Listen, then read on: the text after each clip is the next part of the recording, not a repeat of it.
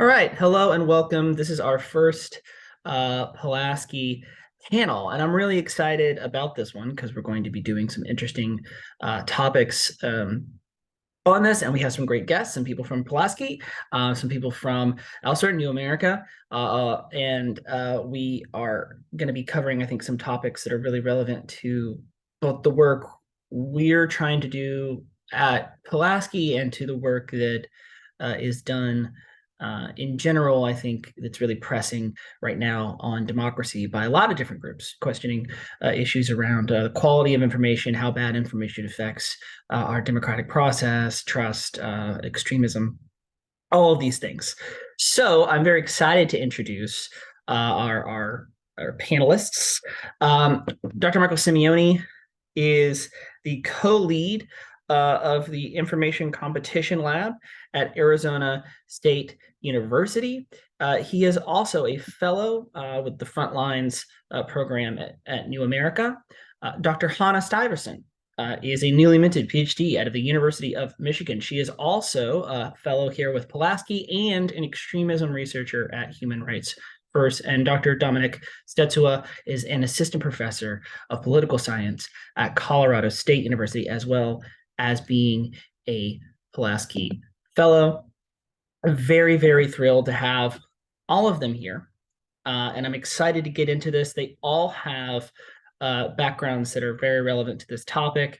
I think, at the very beginning here, to do something that is kind of some conversational hygiene that's important for this topic, which is to allow us to kind of set up some of the boundaries between what we mean when we talk about sort of bad information, and particularly the difference between disinformation and misinformation, how those things can flow together, but also how they are distinct, and maybe how we don't always get a clear picture of that sometimes in coverage. So Dominik, I'm going to go to you first to lay that out, and then anyone else can chime in if they'd like to add on. Thanks, Alan, and thanks for having me. So yeah, this is an important one because this has been kind of on the agenda since 2016. And kind of as you probably remember, at first we were all worried about fake news, right? And then fake news kind of lost any kind of conceptual meaning in the public discourse, just became like a partisan insult of sorts. So the misinformation, disinformation distinction is an important one to understand because it kind of hinges on intention there, right? So misinformation is information that is not truthful, but it's not necessarily shared with the intention to kind of harm or deceive. Whereas disinformation, there is this real intention to kind of harm, deceive, and there's some sort of nefarious goal in sharing that given piece of information. Now, I would say too that misinformation, as it operates in the public discourse these days, seems to be following the pathway of fake news, right? It seems like increasingly everything is misinformation. Everything that you disagree with politically is misinformation, and I think it's good to kind of remind ourselves of what the definitions of these things are, and how just there's a lot of stuff that's kind of in between, things with like little nuggets of truth that make something kind of somewhat plausible but maybe not fully plausible, right? There's a lot of kind of in the great space in between, that kind of deceives people, and it's just good to kind of think about the distinction, the motivations that people have behind sharing or producing certain kind of content. And I think that's like a good place to start when you think about these things. And maybe I'll throw it to my co-panelists if they have anything to add. I'll just add that I really appreciate the distinction. I think it can help us. I think that doesn't change that we oftentimes see these things operating together. So, and I think, as you pointed out, that I think the usefulness of the distinction is not to say, is this disinformation or misinformation at this particular time and place, but to help us appreciate, the kind of sourcing or the causal processes for the information itself, right? Some of it can be accidental or incidental, and then some of it can actually be purposeful or even engineered. So I like keeping these bright lines between the two, And I also appreciate that sometimes these things occur, sometimes simultaneously or interdependently in a given event.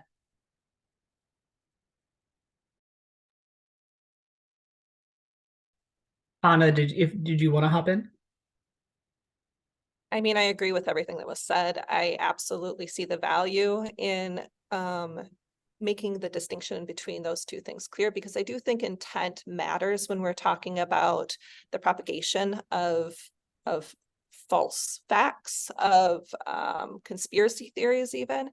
But when we do get into the more nitty-gritty of how social media operates in these spaces, right, that distinction becomes more blurred because we don't really understand or necessarily even need to know what intent was behind the sharing of a meme that propagates conspiracy theory, like whether or not the person believes it or not. It becomes less valuable once you get down to these very social spaces and the very nuclei of where these things are being propagated. But when it does come to especially like state actors, I think that distinction is very valuable.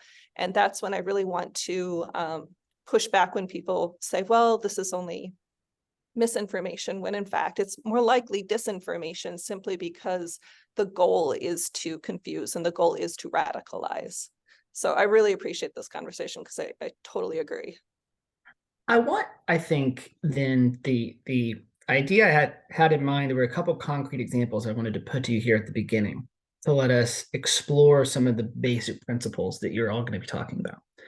And one that does involve state actors that I think is very interesting is the Nashville shooting that occurred earlier this year, in which the information coming out was primarily through the Nashville Police Department, who were trying very hard to put out good information. But this was a situation where information is unfolding very quickly in real time. There was, I think, in particular, in that instance, a good example of individuals who I think were dealing with topics they were not particularly maybe intimately familiar with or comfortable with, right? The sort of the gender identity, right, of the shooter. The Nashville police seem to struggle with how to properly identify them, not out of malice, perhaps, but out of just a genuine sort of, there was a lot of confusion in the early hours of the event. On the other hand, there was also a pretty quick attempt, right, by far-right media to run with that information and produce, I think, pretty damaging information. So I think that I wanted to kind of put that one to you because there's a lot, I think, that coalesced here, which is state, public actors saying not necessarily definitively false things, but confusing statements, right? There was some misgendering, there was some issue with the overall clarity of the information, and most of that, I think, was well-intentioned at that point, that very quickly evolved into more radicalized and politicized messaging around the idea that trans rights activists were somehow violent and dangerous, and that this was a politicized act, right, of sort of a radical trans activism, and that there was a manifesto, and that there was all these other kinds of intent, and that this was a sign that trans identity is tied up in mental health. So I wanted to put that to all of you. This is for all of you, anyone who wants to kind of hop in. I would love to think a little bit about that one, because I think it's an interesting case of both of these kinds of challenges of bad information that necessarily isn't intended to be misleading, and then very quickly groups jumping in to propagate bad information on purpose for a political end. Yeah, I'd love to speak to that. Actually, the anti-trans campaign that's been mobilized and weaponized by the far right now is a core issue that I work on at Human Rights First. I recently published a fact sheet that talks about the anti-trans agenda by the far right and how that feeds into extremism. So this issue was obviously complicated, and it was like the mainstream media sources were trying to navigate ongoing evolutions of information. But I think the core issue that you're speaking to here, that you're asking a question about here, is how it was then weaponized by the far right, because it immediately gave fodder to a campaign that already had its legs, right? There was an attack on LGBTQ plus community for years now. And I mean, this isn't in no way new, but it's been recently mobilized in very specific ways. But the trans community in particular has been attacked and has been mobilized around to push more and more extremist legislation at the state and local levels and policies as well. So when I think about this event, I immediately think of Representative Marjorie Taylor Greene and the way that she mobilized around this, right? Like she was calling this the radical leftist, radical woke, trans agenda. And to the extent where Twitter even had to restrict her account because the responses to her deeply disturbing claims and posts were actually propagating calls for violence against the trans community, against Democrats, against like this quote unquote amorphous left. And so I think that incident showcases, both this larger issue of gun violence in the United States, obviously, but a secondary issue is how identity is then weaponized to attack minority groups that have historically been ostracized by society and harmed by restrictive legislation, and how that's being ramped up in this current moment to feed into like misinformation, disinformation, media literacy, and to radically alter lived experiences for these individuals. So I see this as like a very dangerous moment, specifically around how this message has been warped and taken up. I mean, we saw it, like she even brought it into hearings on trans rights. So there's this longer history that it taps into, but there's also a very vital current moment that anytime an incident where an identity is represented can be warped and can be weaponized by the far right for extremist ends. And I think there's an audience dimension to this too that helps contribute to the development of a misinformation event. And that is our expectations regarding temporality. That our expectation is that the first information is correct. And that if it is not, we are upset or we think something's afoot. And I think our expectations for how information develops and how facts are developed and how we establish trustworthy information, those expectations are really important. I think they play out like it created a vulnerability to be exploited. That people expected that the first information would be most accurate, and when it was not, or when it broke a particular way, then being first to develop a narrative has a huge advantage, because right now the expectation is oftentimes that the first information is the correct information. Yeah, and I'll add to that because I think that's a key thing, as Michael's saying. And when you kind of zoom out and look at our information environment, and especially the social media, and that's kind of increasingly how people inform themselves, right? Like especially when you look at some communities throughout the country where kind of local journalism is dying, right? So they're kind of, there's a lot of news deserts. These are particularly rural areas where you have then people who just kind of rely on social media for information, but not exclusively them, obviously. This is like a nationwide phenomenon. But because of the advent of the social media and because of our kind of desire to just have information about things right now, we just kind of expect things at the moment they are happening, right? We don't have the patience. Like Michael says, there's this temporality. The thing is like, oh, if we wait too long, maybe something's wrong, right? Maybe there's some conspiratorial things that are kicking in. If the first account was wrong, then there's some room for kind of conspiracies to emerge as well.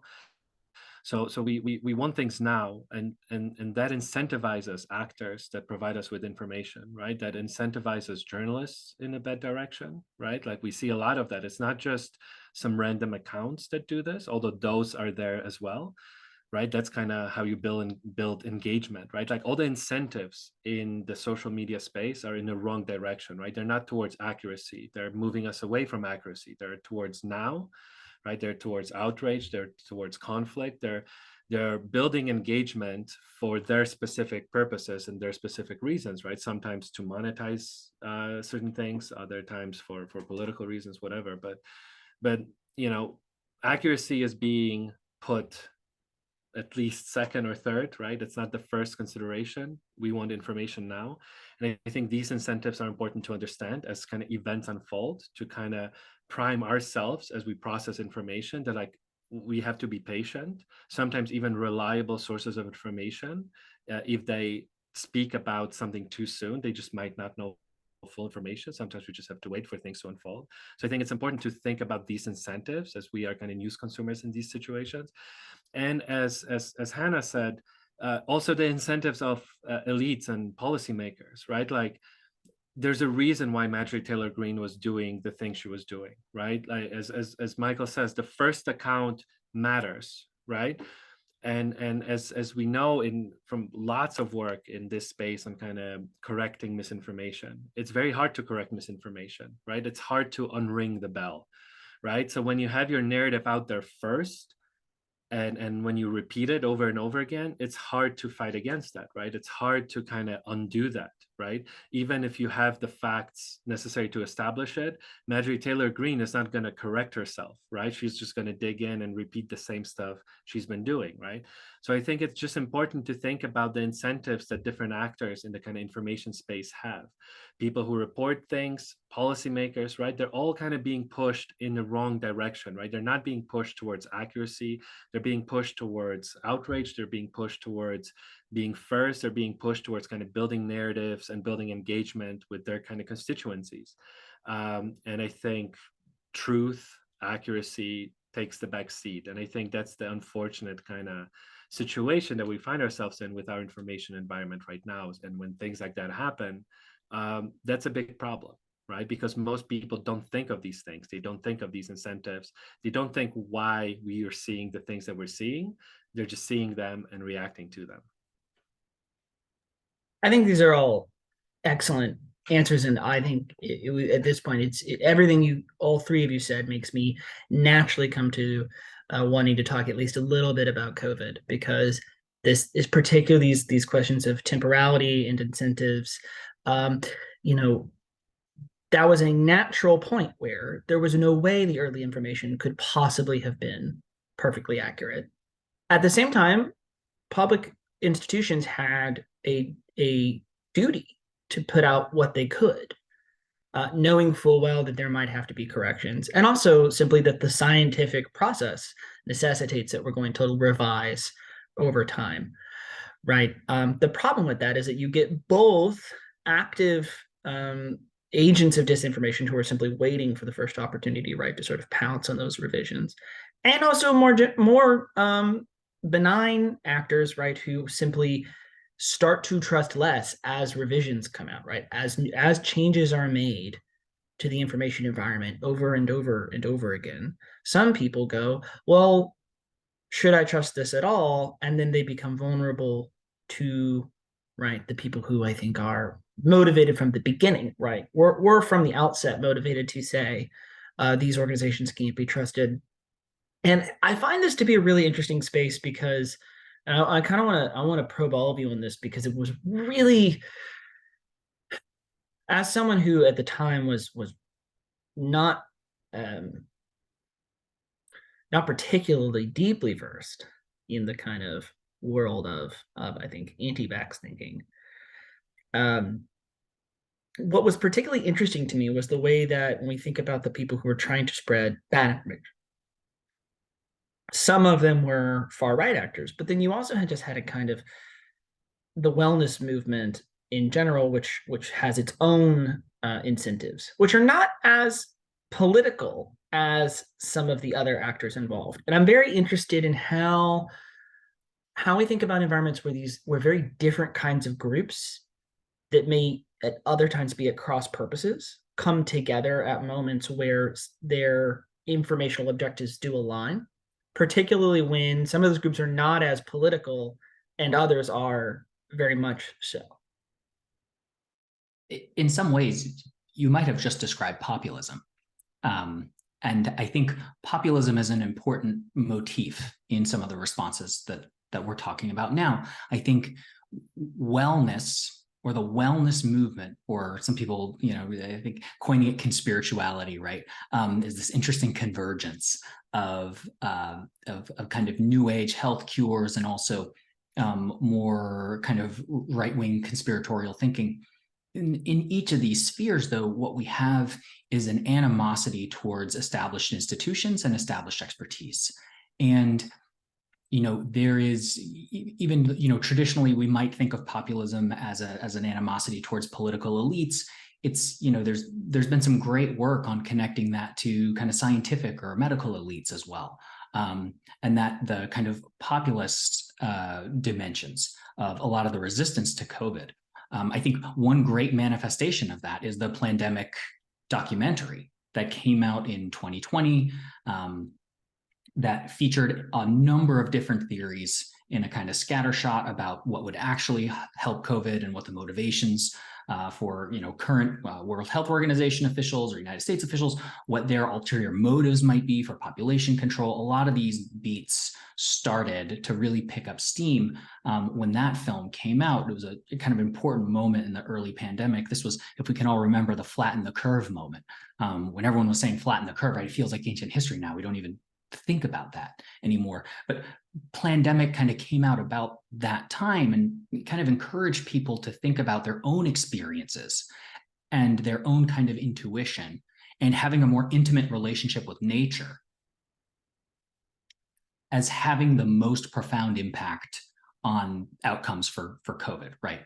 Or on your health. And so it was just this kind of removing institutions from every level of involvement in the pandemic, and that if you would just go walk on the beach, right? There's one line in this film: if you just get in contact with the soil and the sand and the water, that will help you become better, right? It is a populist idea of medicine in some way, and so I think when we think about COVID, are the way that groups metabolize information, right? We talked about it being something where there's not a lot of patience, but we also talk about it where there's not a lot of trust.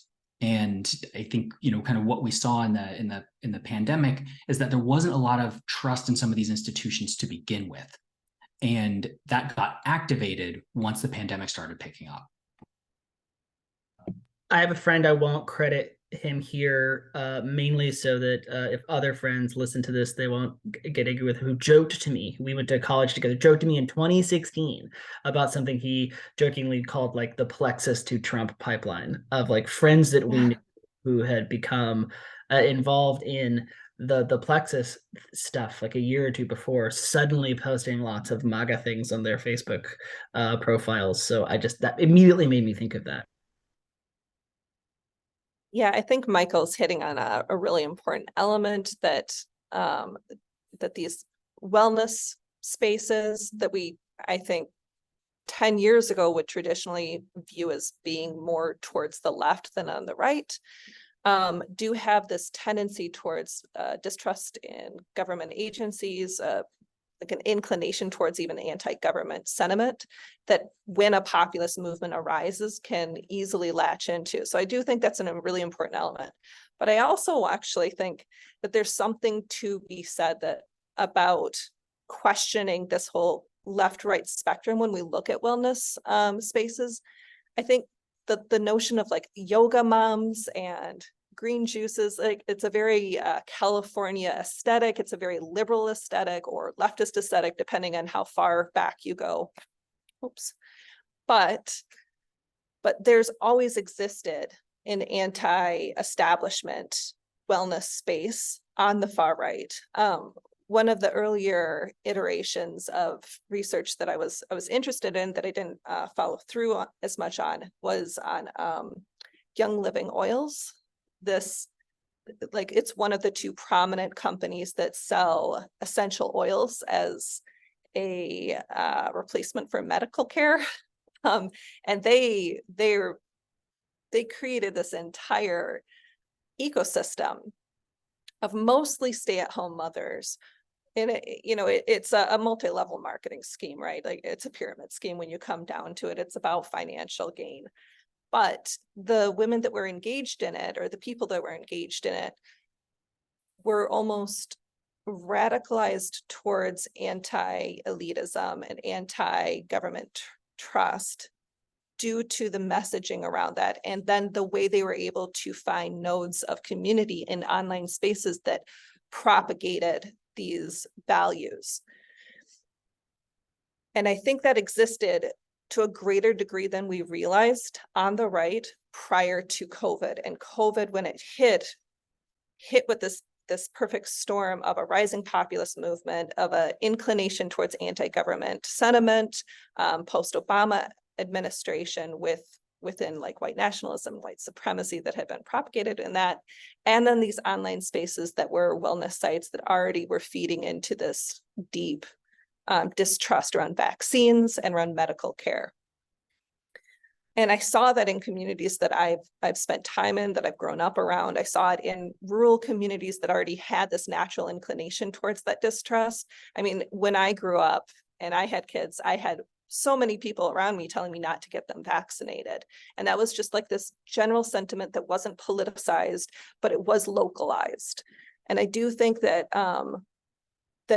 that feeds into another element, which is this anti-elitism that, as we know, is a core element of fascism, right? I'm not saying that this is inherently fascism, but it does feed towards this. So when people started seeing these kind of yoga moms shift towards the MAGA movement in the pandemic era, I wasn't surprised, and I understood why others were, because they didn't notice this disconnect around trust of establishment and anti-elitism that had already existed in these spaces.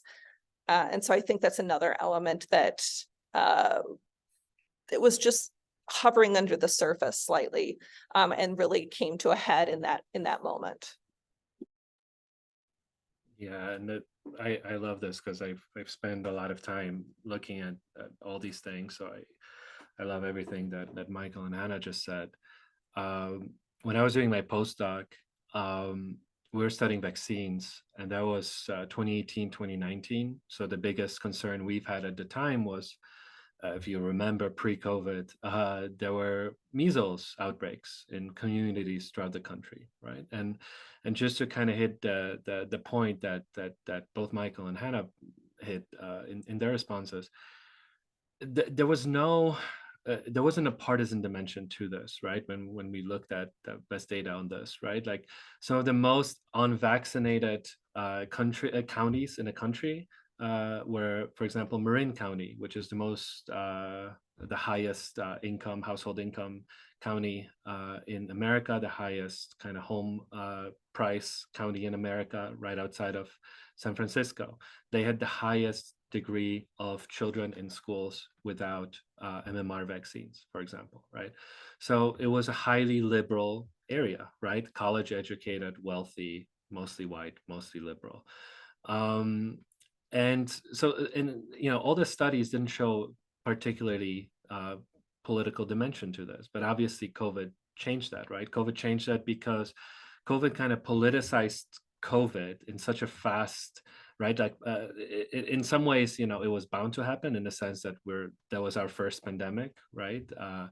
Politicians have to talk about things that are affecting everybody. So in a sense, the kind of politicization of COVID specifically was bound to maybe happen, but the way it happened was obviously in the worst possible way, right? Like Donald Trump kind of saying the things he said, rejecting science, right? Not really leaning into the vaccine necessarily, spewing all kinds of nonsense at different points in time between February of 2020 and now. So we've seen that happen, and the way that COVID politicized science and vaccines, we now seeing that spill over to these other vaccines, right? So now MMR is politicized, right? But I think it's still like both of Hanah and Michael said, it's more than just like partisanship, right? There's this populist dimension to it. I kind of view anti-intellectualism as a component of populism, right? So this kind of anti-expert, anti-established institutions that historically provided us with information, so anti-university, anti-science, anti-all these kinds of things, that tends to be distributed across the political spectrum, right? There's people on the right and there's people on the left. Maybe there's a little more people on the right now that are more anti-intellectual because of the political elites on the right are leaning into it more than political elites on the left. But I mean, RFK Jr. is running as a Democrat, right? So it exists on both sides. There's different constituencies within both parties who have these predispositions. And importantly, you know, that when because I know this is important for Pulaski, right? Like the urban rural situation is interesting here because the work of my colleague Chrissy Luntz Trujillo, she looked at rural identity, right? So not just people who live in rural areas, but people who have strong rural identity, right? So they're living in rural communities is an important part of who they are, right? They're proud of it. They talk about it as like an important part of who they are. People who exhibit high levels of rural identity are significantly higher on this anti-intellectualism dimension, right? So we see these kinds of things penetrate rural communities even more than some other communities because there's this, you know, lower trust in some of these established institutions that kind of goes hand to hand with kind of viewing scientists as an outgroup politically, right? And that's what we're seeing in a lot of rural communities, which I think is worrisome going forward, not just from the standpoint of vaccines, but all the other things that kind of deal with kind of processing information and evidence and kind of how we formulate opinions about important things in life. So I think that that's an important kind of component there that it's useful to kind of think about as well. Yeah, I think if you were to just generically pose the narrative, a class of malevolent billionaires is willing to pursue their own wealth and control over the globe at a tremendous collateral to humanity. You might find people on either side of the political spectrum lining up to say, hey, that sounds like, you know, in line with how I think about the stratification of wealth and power on the globe right now. But you see it refracted through a particular set of conspiracies here that have us, you know, chasing Bill Gates and George Soros. But yeah, I mean, one thing I'll point out is we're spending a lot of time talking about audiences and talking about their vulnerabilities, right? And I think that's interesting to think about with mis and disinformation, right? Like on the computational side of things, right? There's so much energy being put into detecting disinformation, right? And on the forensic side, right, Hanah, as you pointed out, right, it's critically important to be able to source and understand some of the processes that are actually harming people. But I also think, you know, it's important to consider audience and consider the contingencies of your audience, and that your audience isn't necessarily bad because they believe disinformation, or they might not even believe it, right? They just share it. So I think especially when we're thinking about a group of people who often get kind of, right, I think sometimes it can be easy to say, well, I guess if they weren't low information, then they might be better at this mis and disinformation stuff. Like our whole conversation in some ways has kind of helped explain how specifically vulnerable some people were to certain kinds of disinformation content, sorry. Can I add one thing to that too? Sorry, Alan, I know you're about to jump in. But... No, go ahead. I mean, everything I was going to do is just ask a kind of follow-up. So go ahead. No, because I think that's I've been thinking a lot about the demand side, right? Because there's so much research on the supply side, right? A lot of the research on social media platforms identifying mis and disinformation, and all of that is obviously great and important. But I think we have to remember that at the end of the day, right, when we think about solutions specifically, right, like there is a demand for this stuff, right? Like people want this stuff. Some people really want it. So I have this paper out that's been under review for longer than I would like it to be under review, but hopefully one day we'll see the light of day. But when Facebook went out, right, there was an outage of Facebook. Now, you might remember a few years ago, if you're on Facebook, probably your mom was terrified, right? If you're probably not on Facebook, but probably your parents are, right? Facebook outage happened, right? And what happened to traffic to websites that peddle kind of health misinformation? That was the angle we were interested in. So things like Natural News, Joseph Mercola's website, InfoWars, that kind of stuff. Traffic to these websites skyrocketed, right? Because people knew where to go to find it. Facebook probably made it convenient for them, right? They were probably members of certain groups. They were probably seeing a lot of content that they wanted to see. Facebook was down. Misinformation didn't stop. Disinformation didn't stop. People sought it out elsewhere, right? And I think that's like an important component to this, that certain people are vulnerable, but also certain people have the desire to see this content for a variety of psychological, political, and other reasons, right? And I think that's like an important part of the equation that I think we sometimes forget when we focus on identifying it on social media and what the platforms are doing. And that's also important, obviously, but there is a real demand for this, right? And we have to grapple with this, right? Like, how do we deal with that? Right? Because at the end of the day, whatever happens with Facebook, whatever happens with Twitter, whatever happens with Threads, Blue Sky, whatever you're on, they can implement all kinds of fixes, but there's still, unless we're Iran, there's still going to be open internet and people will be able to access information relatively easily, right? So kind of what do we do with the demand side? That demand side, I think, I'm really, everything you guys have been saying the past few minutes has made me want to ask this question, which is, when we talk about, obviously we talk about big things, audience demand and populism, but even the more specifics that Hanah was mentioning about, these yoga moms, they exist in actual places. They don't just have their Facebook groups, right? They have actual places they're going and participating and talking to others. And I did grow up in a small, or not tiny, but a smaller town in Arkansas, pretty religious. And I knew a lot of homeschool people. I can't recall how strong the sort of vaccination sentiment was, but I know there were a lot of other anti-establishment sentiments.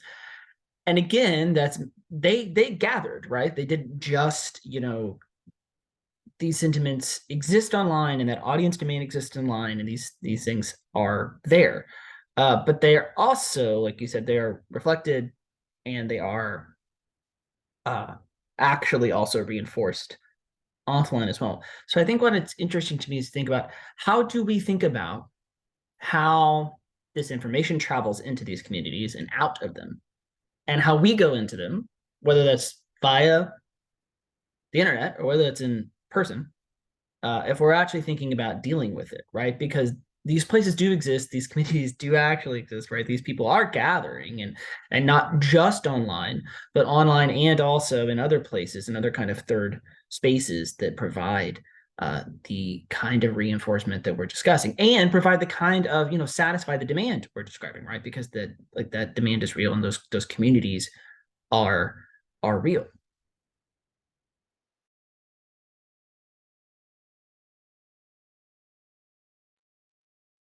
Yeah, I mean, I come from an area where these communities exist that we're talking about in this more general sense, right? Like Michigan's a huge militia state. I come from a rural community that leans very hard to the right. And I've seen the foundation of what led to the MAGA movement in my own community. This was all very obvious to me, unsurprising when January 6th happened, because I grew up around people who espoused these views but didn't have the kind of emotion behind it, because there was no movement. It wasn't even that there was a desire for the movement, but as soon as one coalesced, it was easy to be grafted into, right? So the question about how they exist in real world situations is a good one. And then how do we interact with them? I think the way they exist is the way they've always existed. Social media has simply created an easier access point for connection, but those media spaces have always existed in just different forms, right? Like, you go back to the 1930s and 40s, you have fascist leaders like Father Coughlin, who out of Detroit, or out of Dearborn near Detroit, who under one estimate had nearly a third of the US population tuning into his radio show. So media existed as nexus points, or as organization and communicative points before social media. It's just that social media has now dispersed these nodes of information creation, right? So now it doesn't have to be a major fascist leader. It can just be your neighbor next door who can spread memes and get, 200,000 followers.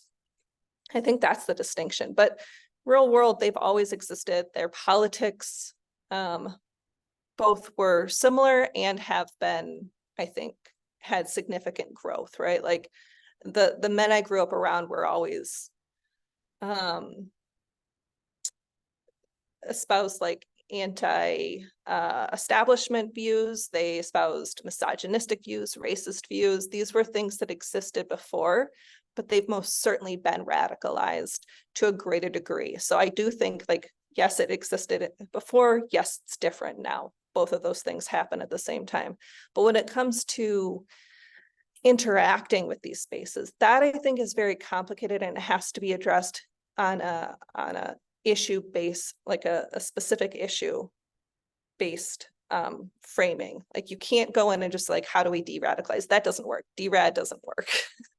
But there are ways to engage with family members and community members around misinformation and disinformation on a one-to-one basis that I do think could be effective, that have been, some studies have proven to be more effective when you counter people's media consumption on a very individual basis. There's an opportunity to hit them at a human level that is lacking in these social media spaces and can have greater impact.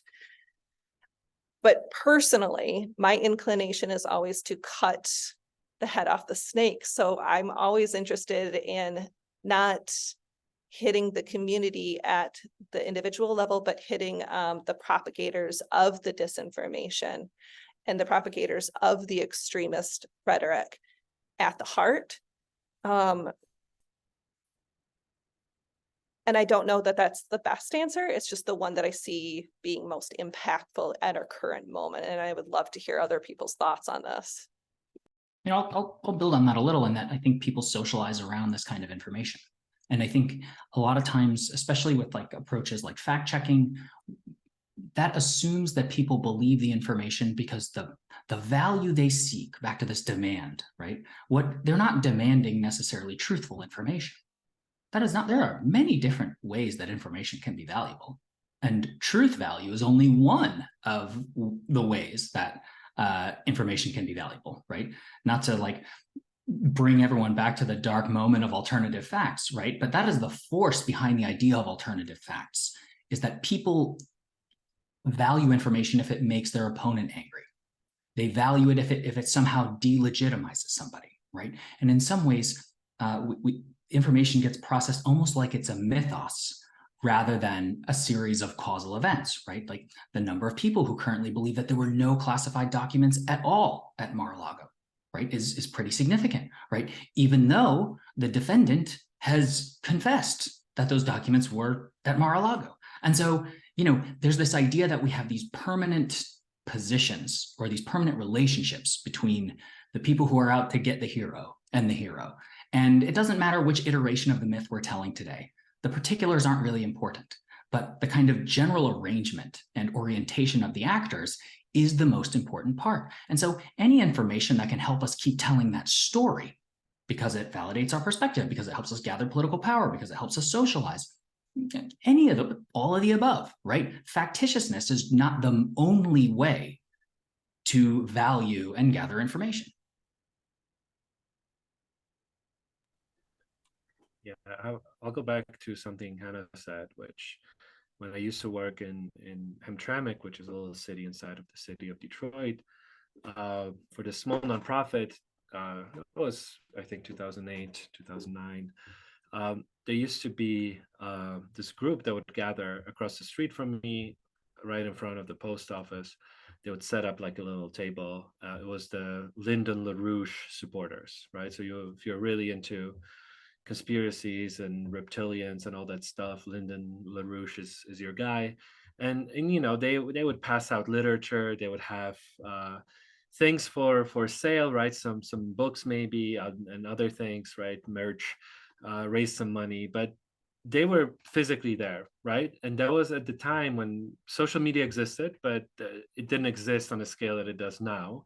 So they were physically there, they knew each other, but it was not mainstream, right? Like, I mean, John Birch Society existed for a long time, right? They had their newsletter, they found each other, but it wasn't easy, right? Like, so all these things were always there, they will always be there, right? But I think, like Hanah says, the difference now is we have a way to connect with like-minded people, right? And like connecting with like-minded people can be good, right? Like whenever I move to a new place, uh, I find it easy to kind of find like the Polish store through Facebook and maybe some people to play pickup soccer with, right? So like in some, most probably situations, the ease with which social media can kind of detect what we're into and connect us with like-minded people is actually really nice, right?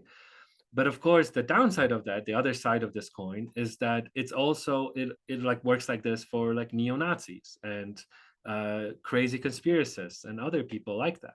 And I think, like Hanah said, like these people always existed, right? Father John Coughlin, John Birch Society, Lyndon LaRouche and his fellow, you know, travelers. These people existed, but it was harder, right? It was harder to build a movement. It was harder to find like-minded people when you're like living in your parents' basement, and you know, it's hard to find that, right? Maybe you have like some sort of conference of like flat earth people at the Radisson by the airport, but like that's more or less it. But now you can have contact with them, right? Like, and that is the major change.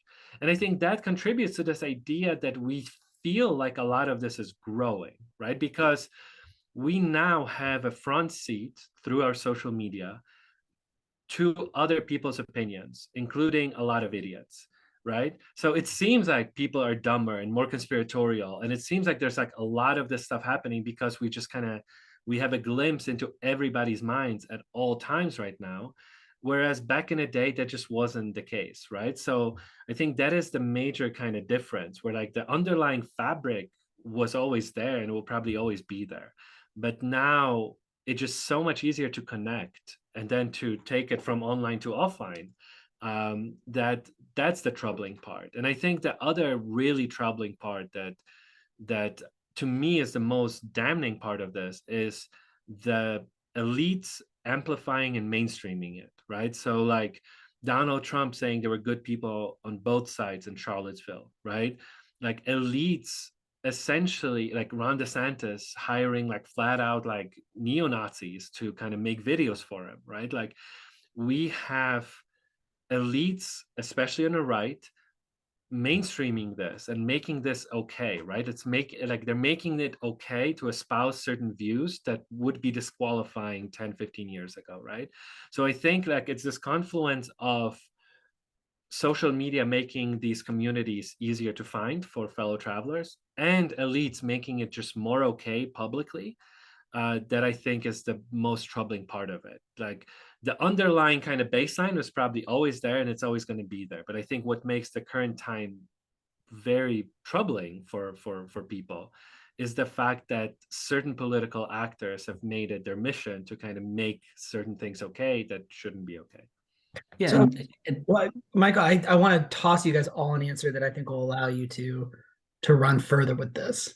But I'll toss it to you first, Michael, when I get in here, which is you guys are all getting at something, especially in Michael's answer and in Dominik's that I was hearing, which is one, there's this kind of sense of like, you know, truth is only partly important. And to me, what that makes me think of is just in general that there's an aesthetic dimension to this. But also, when you talk about elites, I was excited you said Ron DeSantis, because I was going to say, I want to submit to you all for your consideration, right? The anthropological entity of the too online politician, which is a real thing, but also has consequences, right? Because Ron DeSantis has hired people who are promoting these horrible ideas, but also in his own state, right? He's done things like install Christopher Rufo to help run New College in Florida. There are concrete, you know, there at the, you know, school board level, there's these groups like Moms for Liberty. So And there is an element of extremely online behavior to this, right? That is aesthetic in addition to everything else. So I want to pitch it to you first, Michael. Sorry, I know I hopped in, but I wanted to kind of just to carry this conversation a little further into those spaces. So I'm interested in all of you thinking about like both this aesthetic idea of how information online operates, and then also, yes, this sense of like we mock politicians sometimes for being too online or being weirdly online, but there are material policy consequences to that.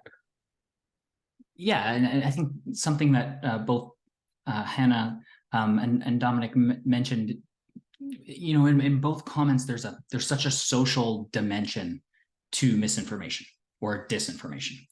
And Alan, like to your point, right? When you tightly socialize with a group of people who just have one aesthetic or one sense of sensibilities, it's really easy to just get out of shape about what you think is going to land as a message. Because all of this information about how it lands and how you believe it, again, like sure, some of it comes down to factuality, but some of it doesn't, right? Like, and so it's always interesting that when we try to a lot of times when we try to mitigate misinformation, we try to say, here's the right answer, instead of, I think this person abused your trust in them, right? Like we don't talk about the nature of the relationship. And I think this is what's interesting about critiquing somebody for being chronically online, is not saying like, hey, all you believe is garbage, because nobody responds well to that, right? Very few people like the feeling of being duped, right? But oftentimes it's not necessarily being duped in the way that we might understand it, right? They share the information, they say it. That doesn't necessarily mean that they like believe every word of it as a fact. People have different orientations to information, I guess is my point. But again, it points to the idea that trying to correct, revise, or mitigate people's trust practices is probably going to be more successful based on, you know, if I'm hearing what we're all saying, right, than just trying to critique the facts or trying to bring up more facts. And so this chronically online thing that you're mentioning, yeah, it gets right to the heart of it, which is you're only trusting a handful of people with your sensibilities. And I think those people might be abusing your trust, or that's not an investment of trust that I think is serving you. And that might go over better than, you know, hey, you're an idiot.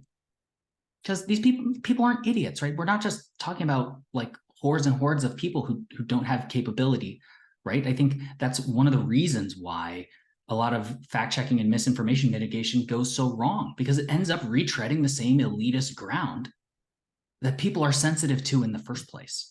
And so a lot of times, you know, I don't see people who are like, you know, oh, there's this natural capability that they don't have, and therefore they're victims. Right? If only someone smarter can give them a misinformation vaccine, right? No, not at all, right? They're being abused by an incredibly elaborate operation of deception.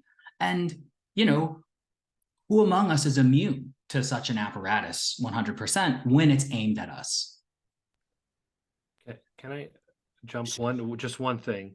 Because I think you're exactly right, Michael. And I think that that is explicitly gets amplified in a situation where politics is so kind of rooted in our people's identities now, right? So like politics isn't like some sort of kind of economist idea of like rational choice. Like you don't have like a little whiteboard at home and you kind of do some calculations and figure out like specific outcomes of policies, right?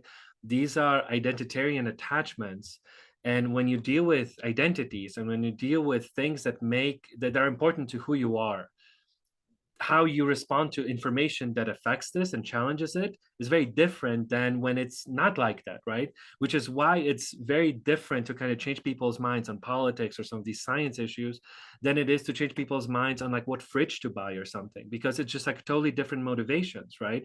Like you don't have an accuracy motivation. You'll have this identitarian motivation to kind of show your in-group that you're a good member of the in-group and show them that you also dislike the out-group. And I know Hanah wanted to jump in, so I'll shut. No, I think all of these points are just super vital to this conversation, because when it comes down to it, they're grifters, right? The people that are peddling in this extremist rhetoric and the anti-LGBTQ, anti-women, critical race theory, name it. They're grifters that are are grabbing onto an already mobilized base that have been convinced that their fears of displacement, that their fears of lack of representation are real, and that they're somehow going to lose their voice in a society that was not made for them. And I think that's a very dangerous moment to be in when you have so many voices being amplified, especially through social media and the current apparatus of the media, the larger media space in the United States currently, that runs off of spectacle after spectacle. Because when it comes down to it, the right wing is better at spectacle than the left. And they know it. They're very, very effective. And so, of course, their message is amplified to a greater degree and lands with greater impact. And I think that's one thing that, especially what Michael was saying, is that we can reach people out to people, not as individuals who are lesser than, or who are incapable and in need of this like intellectual vaccine, like you mentioned, but as somebody who was vulnerable to being duped, like anybody could be, by people who have a massive media platform and a very vocal voice. And I mean, you look at something like Moms for Liberty, Alan, you brought that up, and I'm glad you did, because they're like the thing that I dislike the most right now, because they're really, really excellent at honing in on dog whistles that have significant impact, one of which being parental rights. Like, it sounds reasonable, it sounds middle ground, it sounds like anybody can get behind these concerned mothers who just want to protect their children from predators in schools and libraries and whatever. And so folks who are not well versed in the political topics that are being thrown at them see a very reasonable argument, seemingly very reasonable argument, when in fact, this is a manipulation of truth, of fact. It's also a manipulation of a general public sentiment. Like statistically, the majority of the US population supports trans rights. And yet they've mobilized a very vocal minority voice to push for policies at the very state and local levels, and start disrupting communities that is actually harming parents' rights, right? Like, some of this legislation that they've acted as grassroots organizers for actually creates litigious environments for parents who are trying to seek out medical care, or just like the ability for their trans kids to live, and creates unsafe spaces both for the family unit as a whole, right? Like, that's an attack on the rights of parents, and yet they're positioning themselves as the guardians and warriors of parental rights.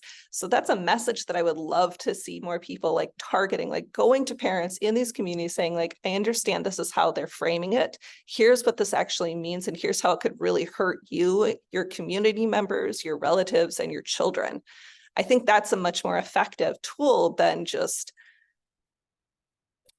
name calling, right? Although there's some value in name calling. Like, I think that everybody should just be flat out, Moms for Liberty are extremists. We need to call it like we see it. But when it comes to the parents that are hearing this message and they're being impacted by this message, a more nuanced approach is much more practical and needed. So somewhere where I think I want to bridge some of these things we just talked about, between the comments that Michael and Dominik were making about abuse and about intentional people misleading people and people driving people in a certain direction, and then also Hanah, what you're saying about, in particular, I think about spectacle, and also then we get into Moms for Liberty, which is, I think there's an interesting correlation here between online and offline spaces, which is, and I'm curious how you all, who spend more time researching particularly these relationships, would think about this kind of formulation, which is, we've seen, like you just said, most Americans support things like trans rights. Most Americans are not necessarily against, most Americans are not against things like teaching about racism, right? But we see a lot now of the overrunning, right, of school board meetings by small clusters, and Moms for Liberty is certainly a part of this. And to me, that seems like a I hate to say real world, but real world iteration that relates to a lot of common online practices, right? Hanah, I know you have done research on things like Zoom bombing, right? Where the rushing of spaces by extreme groups, brigading sometimes is what it's called on places like Reddit, but right, brigading, swarming, Zoom bombing. To me, these online actions feel related to the flooding of these places in real life where you have loud extreme groups coming in, using that noise, using that ability to mobilize, and using even that kind of, in some way, sense of spectacle to overrun a particular place, particularly at the local level, right, where it's much easier to do that in like a school board meeting, where oftentimes those school board members, we've seen lots of stories now, are just totally unprepared. They're not like highly trained at these situations. They're regular people who do this on the side out of a sense of service, and now they're dealing with insane situations in front of them. And to me, all that, the purposes may vary, and the kind of outcome goals may differ a little, but there is a sense of flooding the zone in those places that feels related. So I'm curious how we think about, we've been talking a lot about how do you go into these spaces? How do we go into extreme spaces? How do we go into these communities? But they're also they're also doing that too. They're also strategizing. There is also a lot of strategizing in these spaces about how do we go into their spaces? How do we go at them? And that seems to me to be also a thing, that there's a defensive question here as well about how to deal with all of this. I like that you're drawing a correlation between Zoom bombing and Moms for Liberty's tactics. Like I wrote a book on Zoom bombing, or co-authored a book on Zoom bombing with Lisa Nakamura and Kyle Lindsay. And we focused on how the broad majority of Zoom bombing during the COVID-19 pandemic targeted Black community space, like in spaces of intimacy or celebration for Black and Brown users of Zoom, of the Zoom platform. And when it came down to it, what we found is, like, for one, there is some similarity in the tactics. It's noise, it's pornographic materials, it's racialized materials, but construed very differently between Moms for Liberty and Zoom bombing. But the goal is disruption, and it's also to create distrust in the public space, right? So these spaces of intimacy and community were meant to be on Zoom, were meant to be public. They were posted on Twitter or Facebook or a different like mainstream platform and say like anybody can come. And with a few exceptions of actually very private ones that they were able to hack into, but the majority of Zoom bombing attacks were meant to be public, or Zoom bombing examples of Zoom bombing were Zoom spaces that were meant to be public. And the goal was to create immediate harm, but also long-lasting harm, where folks had to get more private, they had to have password protections, they had to have waiting rooms, they had to go through these steps where the public space was hampered. And a sense of fear and distrust was created. And I think Moms for Liberty does do that, right? They go into places of public education and community conversation, and they disrupt. They create a sense of fear and distrust. And in doing so, then they filter in their own people in these places of power. I would argue one of their main goals is probably the dissolution of public education, moving it into private space. So I think that's a long-term goal. But right now, it's the immediate like damage or damaging of the community environment.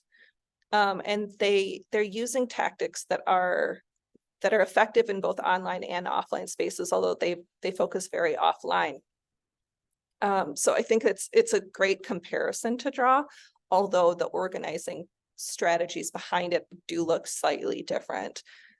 So thank you for that question.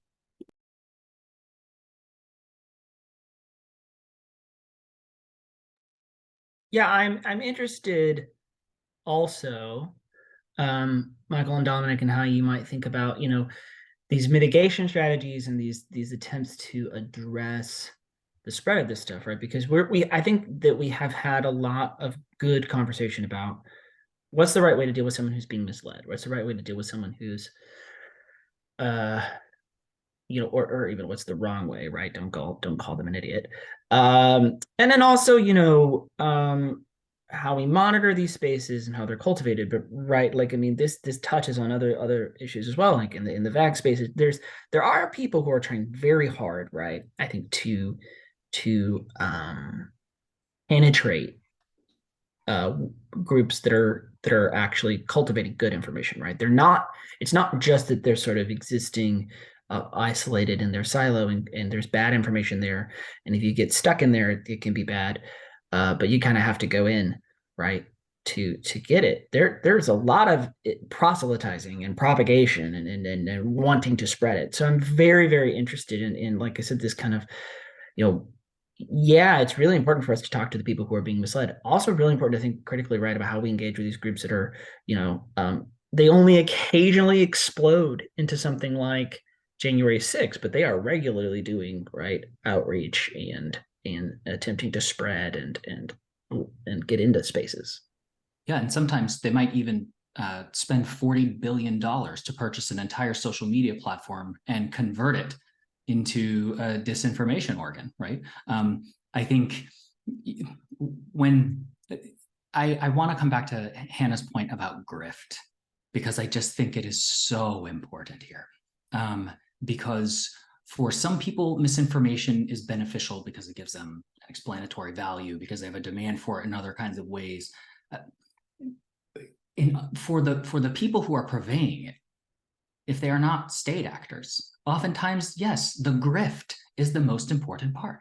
And, I think one of the most interesting things over the last couple of years that we looked at was the Canadian trucker protests, and kind of dropping in and doing like data mining of their Telegram channels that they were using to communicate. And there was so much grift there that there were the same person who was talking about how dangerous 5G was, and the same person who sponsored the channel, all of these different messages about having to protect yourself with a VPN, it all went back to the same account. Or we found crypto wallets where just no money had ever been, passed on. It's just the money was just parked there. Like there's so much grift going on. And so I think to this idea of either co-opting spaces or purchasing them or invading them, I think there are, yes, I think, as Hanah points out, it's important. Sometimes it's activity because we have to remember that this mis and disinformation is part of political activity and an attempt to harm people. And then there are other times when it's just as callous as just making money. And I think if you purchase a platform that just monetizes attention and then just turn it into, an organ for disinformation, if back in 2015, 2016, when it's like, oh, where's the misinformation on Twitter, right? Well, we had to go to the Twitter API. We had to download then we had to do some classification. Oh, where's the fake news? It's like panning for gold. Now it's just on the front page of Twitter every day. And it's all about branding, right? And so that is a grift. And so I think we can't let go, and I don't want us to lose sight of this point, right, about grift.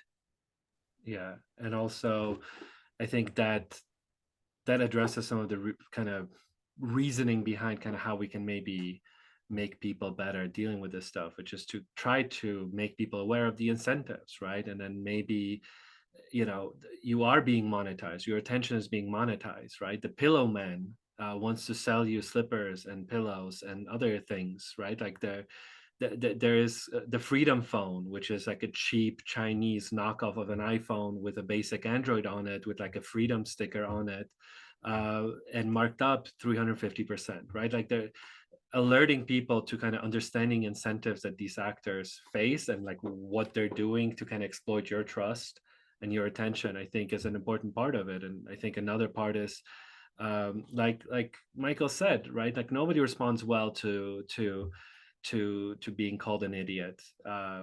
Nobody really, and that's I think my primary beef with, especially with the kind of health communication stuff, right? Like a lot of kind of hard scientists think that the solution to misinformation is to give people facts, right? But like that doesn't work, right? It's not an information deficit model. It's just trust. Trust is broken, right?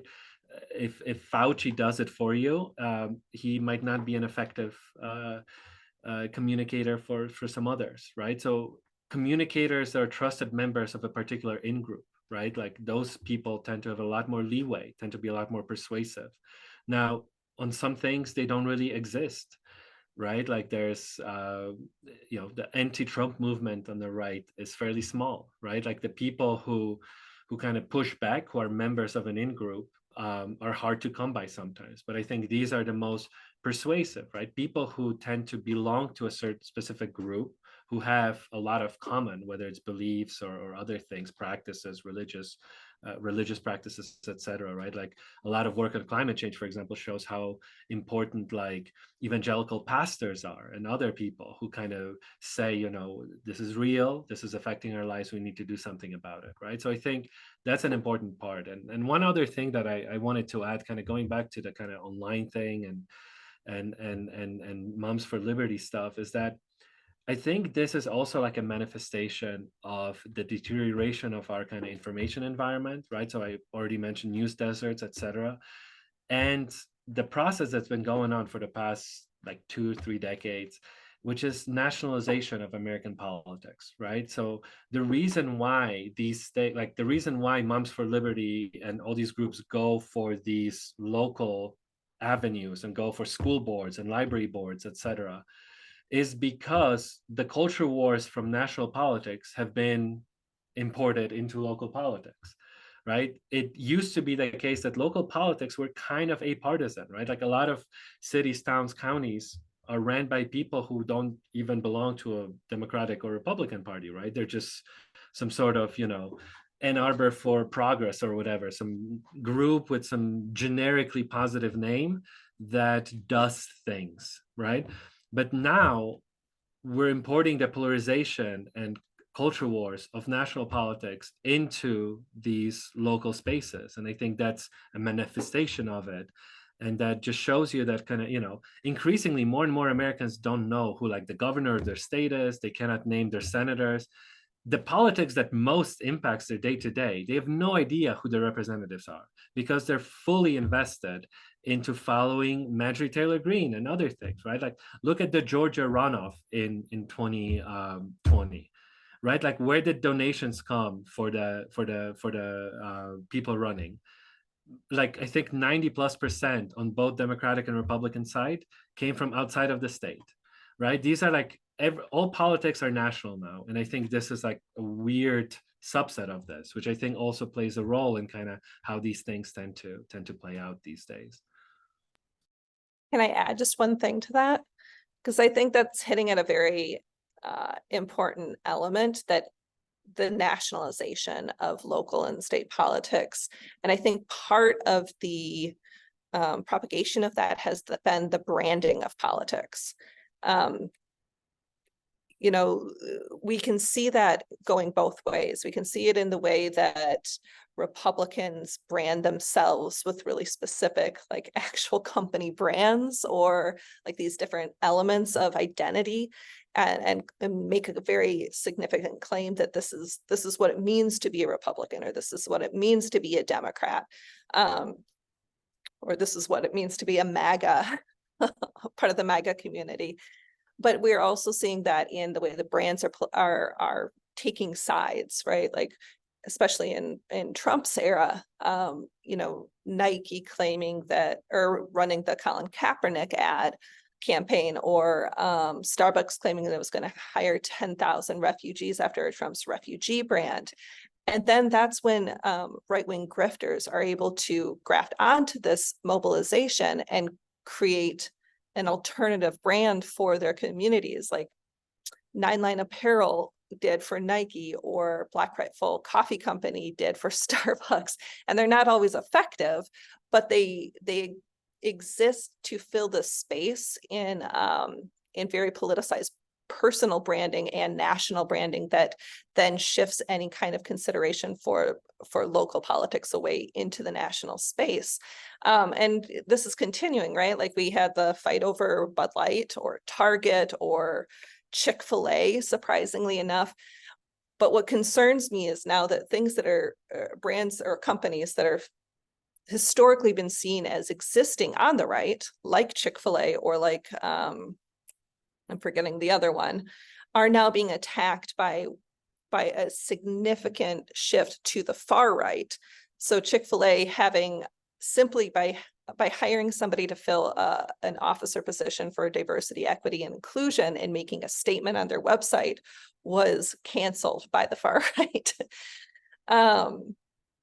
So it was that's the significant difference currently, is that even those companies that already existed in this very political space are now being shuttered to the side if they make any kind of nod towards inclusion or diversity. And I think that's signaling a very scary moment that we're in right now.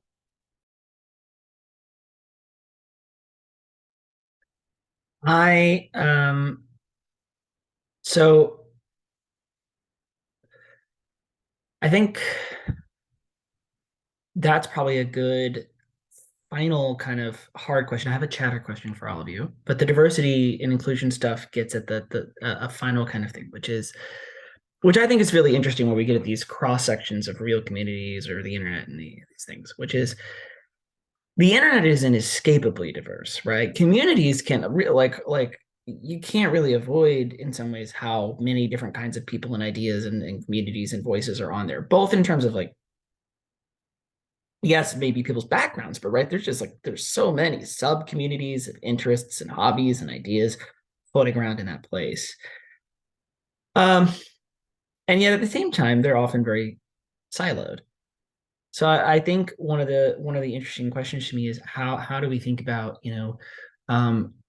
an internet that is diverse but actually fosters, pluralistic values and exchange between different kinds of groups and ways that are helpful and edifying, rather than in ways that produce some of the kinds of like intense tribalistic or I mean, hey, everyone's experienced some internet, even in just something as weird as like maybe a fan page or something. It can get crazily tribal. How do we differentiate and maybe even think about an internet that promotes the most positive aspects of the sheer range of communities and voices that can actually exist in these spaces? I think one area, this is, obviously a very complicated question, but our kind of de-emphasis or the kind of demonization of content moderation is a real loss towards that goal, right? The releasing the so-called Twitter files, kind of taking a whole bunch of kind of content moderation decisions out of context for Twitter, alleging a bunch of biases that didn't exist, promulgates this idea that somehow content moderation is automatically politically biased, or that there is no such thing as disinterested content moderation, or even that we need not have content moderation at all.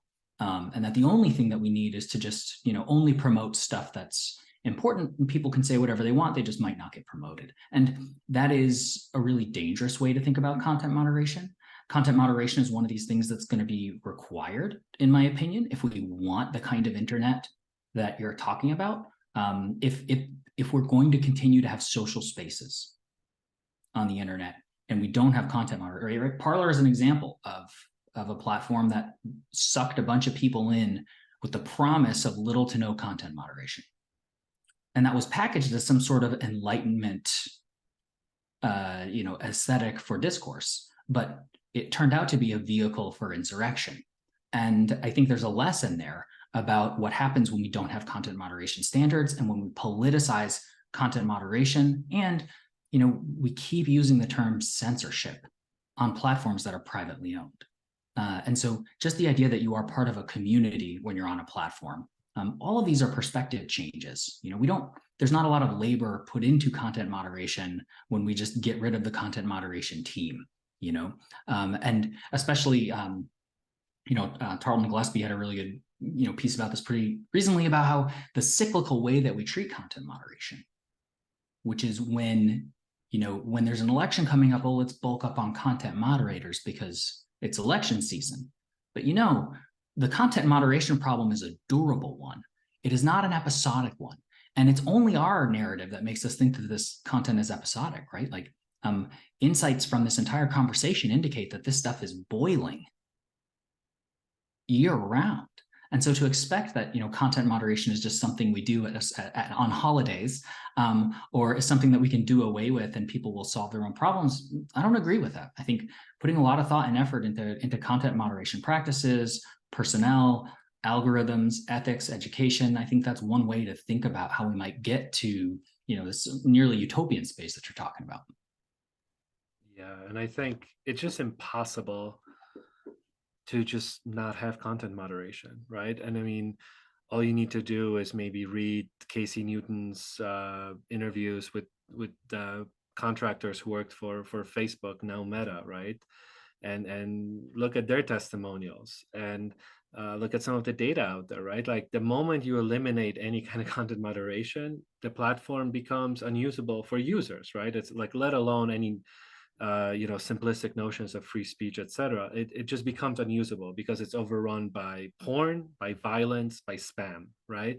The amount of pieces of content that get removed every day from people behind the scenes that make these platforms usable is just insane. And I think maybe making people aware of that would be a good step, right? That like, this isn't just about politics. This is just about making this space usable in any meaning of the term.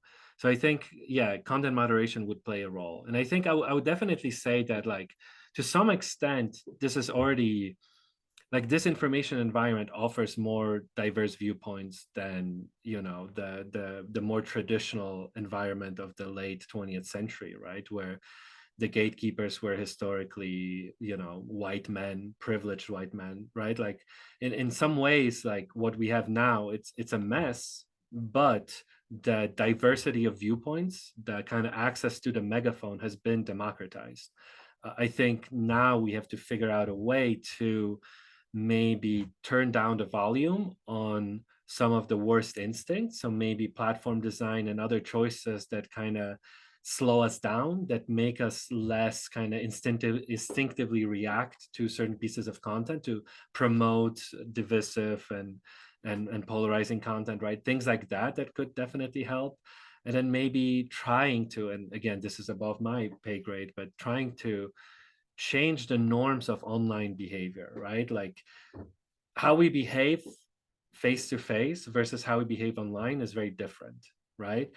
And if we are able to foster any kind of norms online that kind of replicate the ways in which we already do behave in offline settings, right? Unless you're like a psychopath, right? And me and you, Alan, meet in a coffee shop and we start talking, we're not gonna like attack each other, right? Like I'm not gonna call you a liptard or whatever, right? Like it's not gonna go down like that because like we're not insane. But that's how it happens online a lot, right? And I think trying to develop norms of online behavior that replicate the offline norms that we already engage with is a worthwhile endeavor. I don't know how we do it, how we incentivize it, but there's a reason why behave online in a totally different way that we ourselves behave in offline settings, right? And I think it's good to think about how maybe we can change that discrepancy. I think we're in a moment right now where we're seeing bad behavior that does actually exist offline, but is often only targeting minorities in spaces where it doesn't have a lot of public attention, are now existing in this very diffuse way online, and everybody has access to it because of the rollback on content moderation, the purchase of these mainstream massive social media sites by bad actors, right? Like we're seeing where it's become evident in a way to a public that didn't have access to that experience previous. And I'm largely talking about white middle-class folks, right? Like, so I agree that content moderation is vital. But I also know that efforts at content moderation have been very uneven, and they've also been very underfunded. So the folks that have to do the kind of content moderation that makes these spaces safe are impacted in a very physical and mental way that we really need to address.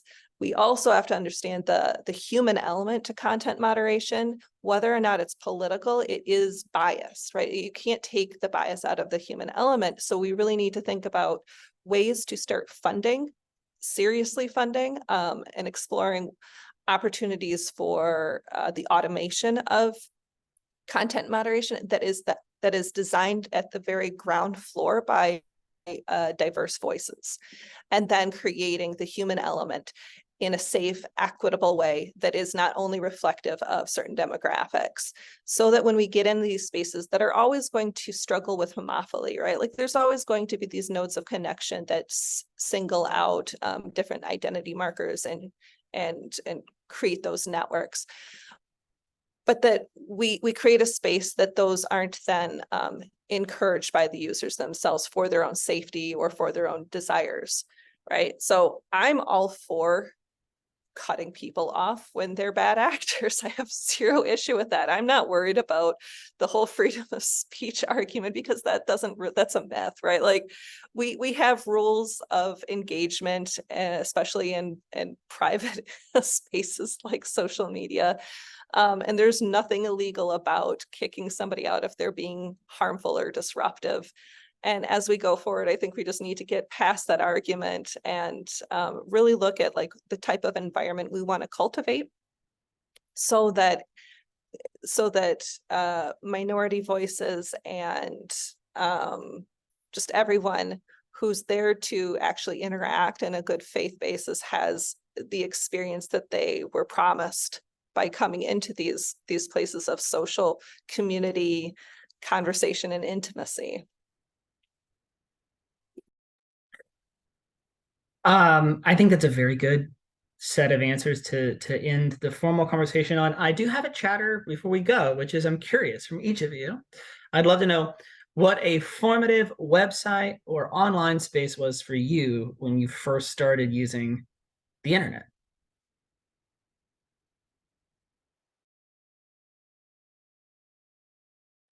No other kind of parameters to it, just yeah. I mean, for me, I came from Poland in 2000 when I was 15. And to me, there was a Polish, essentially the equivalent of like AIM. It was called Gadu Gadu, and it was just like a chat client that allowed me to kind of stay in touch with friends there. Like it made my life easier, and made it, even at that time, there was a kind of pre-Skype, right? Like video calls were not a thing. So it just allowed me to stay in touch with people, and probably made the first few years of my time here in the US like a lot more manageable, because I was still kind of connected to some of my friends. So I would say that one was a big one for me. But it was a simple messenger, right? Like it was very basic.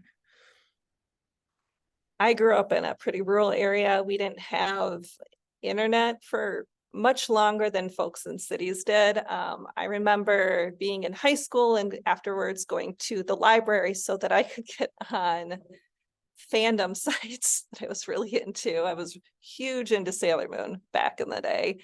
And just going into the chat function and writing a blog and whatever. I can't even remember which ones I was on back then. And it was years before I actually had a smartphone, like even past they were the point when they were very common. So I'm probably going to age myself, but by saying all of that, but I do think the time that I was most connected when I finally had my own computer was Facebook, like early days Facebook. So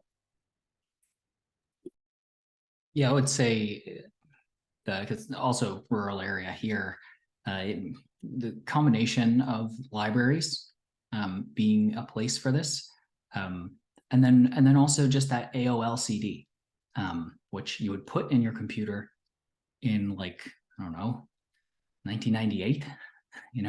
You would put this CD in your computer and you would get internet access for a little while, I guess, and then it kind of as part of the package, if I recall correctly, you would also get AOL Instant Messenger. And so it's kind of like a very interesting 2-for-1, and one that is like now, as I'm recalling it, like weirdly prophetic of you know, what was the most important thing? This tool to get you to connect with other people, right? And it also came with internet access, right? And those two things were kind of bundled together.